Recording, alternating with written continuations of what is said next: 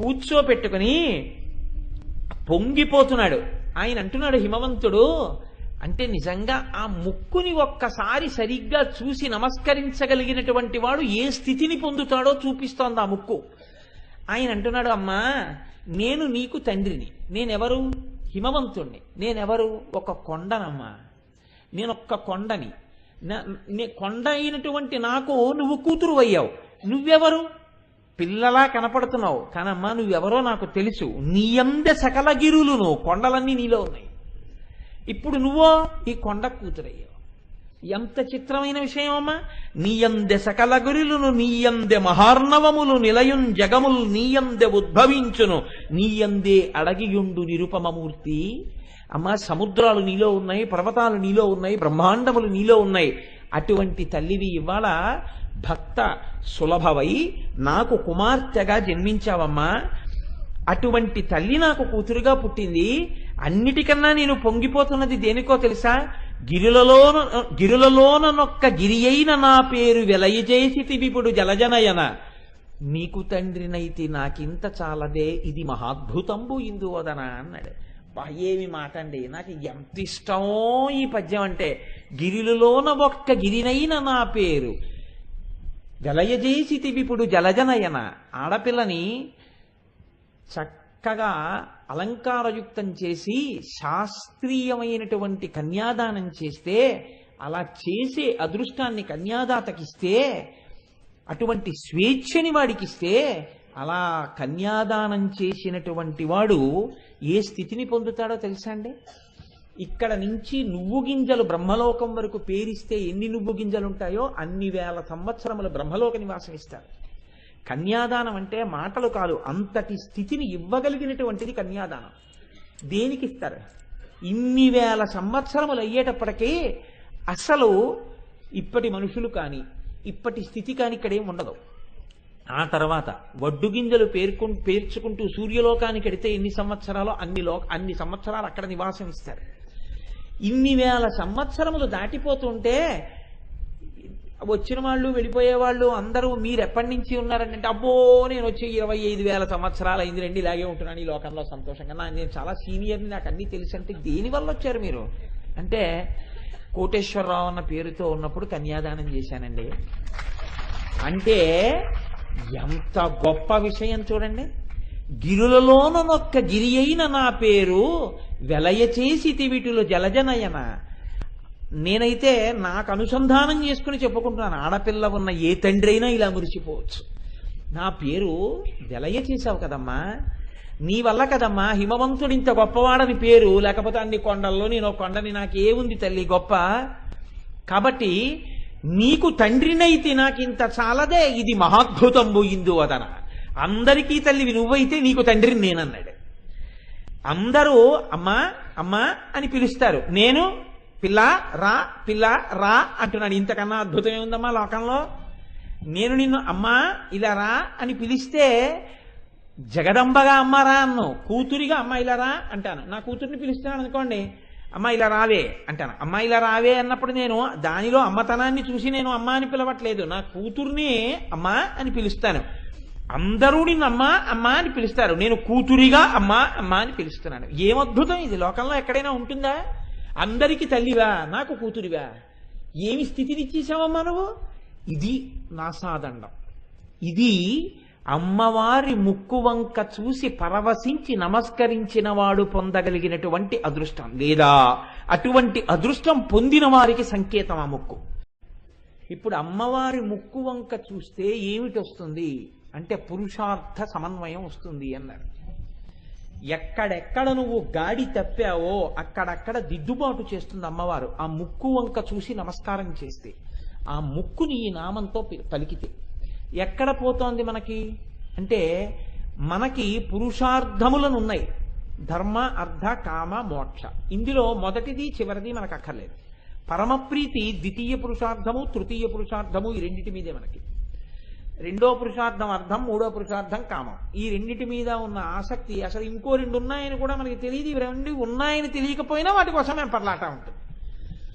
ఇటువంటి వాణ్ణి ఇప్పుడు ఈ అర్థము కామము ఈ రెండిటిని నీ జీవితంలో ఆవిడ దూరం చెయ్యదు. బాగా జ్ఞాపకం పెట్టుకోవాలి ఈ విషయం. అమ్మవారి ముక్కు వంక చూస్తే నీ యొక్క అర్థము, నీ యొక్క సంపద క్షీణించదు, ద్విగుణీకృతం అవుతుంది. ఎలా అవుతుందో తెలుసా అండి? ధర్మబద్ధమై. నువ్వు బెంగ పెట్టుకోక్కర్లేదు ఆ డబ్బు గురించి. డబ్బు అన్న మాటకి మీరు ఒక్కటే జ్ఞాపకం పెట్టుకోండి ఎప్పుడు. డబ్బు ఉండడం మీకు ఏమిటి చేస్తుంది? మీకు సుఖాన్ని ఇస్తుంది కదండి. ఏం చెప్తాం మనం? డబ్బు ఉంటే సుఖంగా ఉంటామండి అని చెప్తాం. నేనంటాను, సుఖమే మీకుంటే అప్పుడు డబ్బు అవసరం ఏంటి? లేదా మీకు సుఖంగా లేడని అనుకున్నవాడు వాడు చాలా సుఖంగా అలా ఉండడంలో ఉంటే అప్పుడు మీకు మీ డబ్బుతో వాడి సుఖం ఎలా మీరు చెప్పగలరు? మీకు ఏసీలో ఉండడం సుఖం అండి. ఒక మహాభక్తుడికి మంచి రోహిణీ కార్తెలో ఒక దేవాలయం అంతరాలయంలో కూర్చుని ఎవ్వరూ లేరు కదా అని చెప్పి ఆలయం లోపల కూర్చుని సమాధి స్థితిలోకి వెళ్ళిపోయి సాయంకాలం 4 వరకు ఎవ్వరూ చూడలేదు కదా అని గుళ్ళో ఉండిపోయి అంతర్ముఖుడైపోయాడు. అది ఆయనకి సుఖం. ఇప్పుడు ఏమంటారు? ఆయనకి తృప్తి ఉన్నది.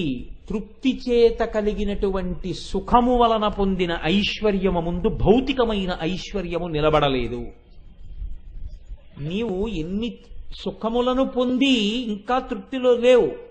ఆయన ఏవి లేవని నువ్వు అనుకుంటున్నా పూర్ణమైన తృప్తితో ఆయన ఉన్నాడు.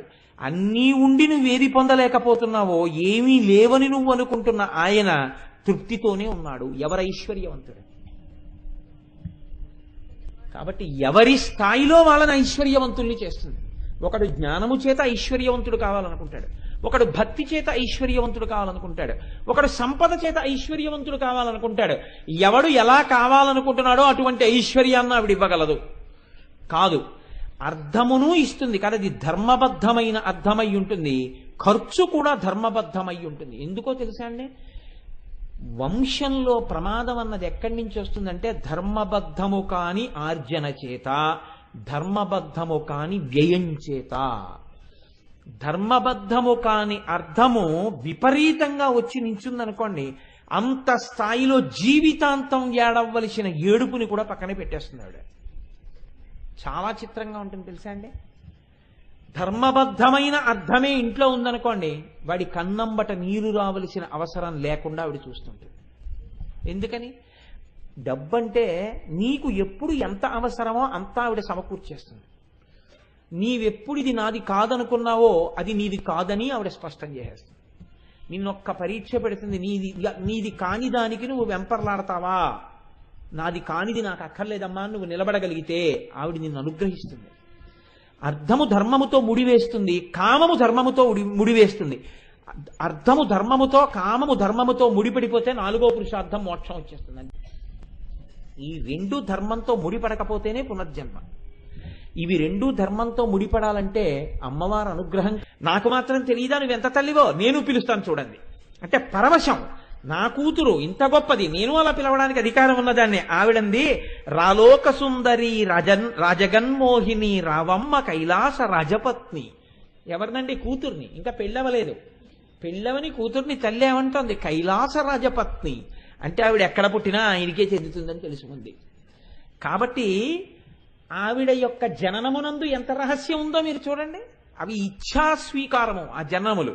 కాబట్టి రాలోక సుందరి రాజగన్మోహిని రావమ్మ కైలాస రాజపత్ని రాకన్యకామణి రారాజబింబాస్య రావమ్మ యవ్వన రాజ్యలక్ష్మి రావో మహంకాళి రావో సరోజాక్షి రావమ్మ భారతీ రమణ వినుత రావో జగన్మాత రావో సదానంద రావమ్మ మత్తేభ రాజగమన అనుచు పెక్కుగతుల అంకించి అంకించి తగిలి మేనకాక్ష తన్ను పిలువ తండ్రి చెయ్యి డిగ్గి తద్దయు వెట్కతో కామినీలలామ గౌరియపుడు. రా ఓ సరస్వతీదేవి భర్త అయిన బ్రహ్మచేత పూజింపబడేదనా, కైలాసరాజు అయినటువంటి పరమశివుని యొక్క ఇల్లాలా, శ్రీ మహావిష్ణువు చేత నతులు అందుకునేటటువంటి దానా, రా యవ్వన రాజ్యలక్ష్మి రా. ఆవిడ యవ్వనంలో ఉందా? చిన్న పిల్లగా ఉంది. పొంగిపోయి ఈవిడికి తల్లినైపోయాననుకుని పిలుస్తుంటే ఆ చిన్న పిల్ల ఒళ్ళో కూర్చుని తండ్రి దగ్గర ముద్దులాడబడుతున్నటువంటి తల్లి చెంగున దూకి తండ్రి చెయ్యిలా విడిపించుకుని అమ్మ దగ్గరికి బుడిబుడి నడకలతో పరిగెత్తుకుంటూ వెళ్ళిందిట. వెళితే పోతన గారు ఇక్కడ దర్శనం చేశారండి.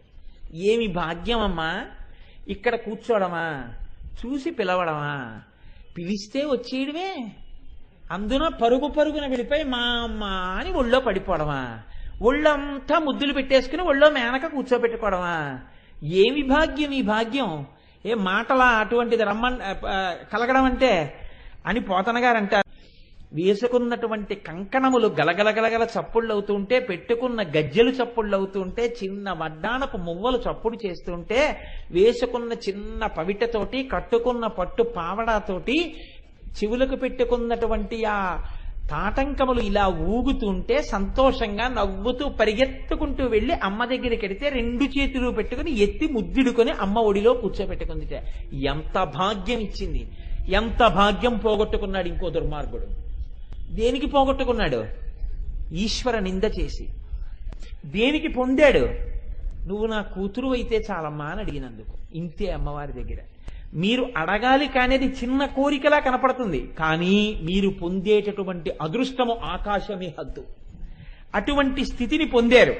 కాబట్టి నేను మీకు ఈ విషయాలు దేనికి విజ్ఞాపన చేశాను అంటే, ఈ వచ్చినటువంటి పిల్ల ఒళ్ళో కూర్చుంటే సాధారణంగా కృష్ణావతారంలో అయితే ఎలా ఉంటుంది అంటే, ఒకసారి ఆయనలో ఉండేటటువంటి విశ్వకారణ తత్వాన్ని దర్శనం చేయగానే మాయ కప్పేశాడు తల్లి మీద. అమ్మవారి యొక్క అవతారంలో విశేషం ఏమిటో తెలుసా అండి? ఆ జ్ఞానాన్ని అలాగే ఉంచి పిల్లగా తానాడింది, తల్లిగా ఆడించింది. ప్రేమని జ్ఞానాన్ని రెండిటిని అలాంటి పెట్టింది. ఇది మరింత పై స్థాయి, చాలా ఆశ్చర్యకరమైనటువంటి స్థాయి. వచ్చినటువంటి పిల్లని చూసి ఆవిడ అంటుంది, నన్ను సంతోష పెట్టడానికి వచ్చిందయ్యా, కమనీయ మోహన కరభారతి వచ్చే. ఆ సరస్వతీదేవే కమనీయ రూపంలో ఇలా వచ్చింది.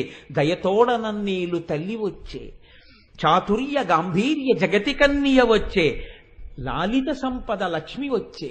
ఆమెలోనే సరస్వతి, ఆమెలోనే లక్ష్మి, ఆమెలోనే జగదంబ. ఇన్ని చూసుకుని పొంగిపోయింది మేనక. పొంగిపోయి కౌగిలించుకుని పరవశించిపోయింది. నేను మీకు ఈ విషయాన్ని విజ్ఞాపన చేయడం వెనకాతల ఉన్న ఉద్దేశ్యం ఒక్కటే. మేనకా హిమవంతులు పొందినటువంటి భాగ్యం ఏమై ఉంటుంది అన్నప్పుడు ఒక్క వాక్యంతో దాటచ్చు పోతన గారు. వాళ్ళు చేసుకున్నటువంటి తపఫలితంగా అమ్మవారు ఆ ఇంట పిల్లయ్యి ఆడింది అని. కానీ ఆయన పరకాయ ప్రవేశం చేశారు. అది అమ్మవారి అనుగ్రహం. పోతన గారికి ఇచ్చి వాళ్ళప్పుడు ఏ ఆనందాన్ని పొందారో ఆ ఆనందాన్ని చూడగలిగిన హృదయం ఇచ్చి, ఆయన ద్వారా రేపు లోకం తెలుసుకుని సంతోషించాలని ఆయన ఘంటమునందు ప్రవేశించి పద్యరూపాన్ని పొందితే, ఈనాడు ఆ పద్యాన్ని మనందరం చదువుకుని ఆ ఆనందానికి పొంగిపోతున్నాం. నేను ఎందుకు ఈ విషయాన్ని, ఈ పద్యాలను ఇవాళ మళ్ళీ చదివానో తెలుసా అండి? మీకేం తెలుసు, ఈ సభలో ఎక్కడో ఏదో ఒక హృదయం పరవశించిపోవచ్చు. ఎవరో అబ్బా నిజంగా తల్లిదండ్రులు ఎంత గొప్పవాళ్ళు, నాకు అలాగా అటువంటి అనుగ్రహం కలిగితే అన్న భావన ఏర్పడచ్చు. అలా ఎవరైనా అనుకున్నారనుకోండి, ఖచ్చితంగా వాళ్ళ ఇంట్లో అమ్మవారు పుడుతుంది. ఆ స్థితికి ఆధారమేది? నవచంపక పుష్పాభనాసాదండ విరాజిత. దాని శక్తి అమ్మవారిలా అనుగ్రహించారు.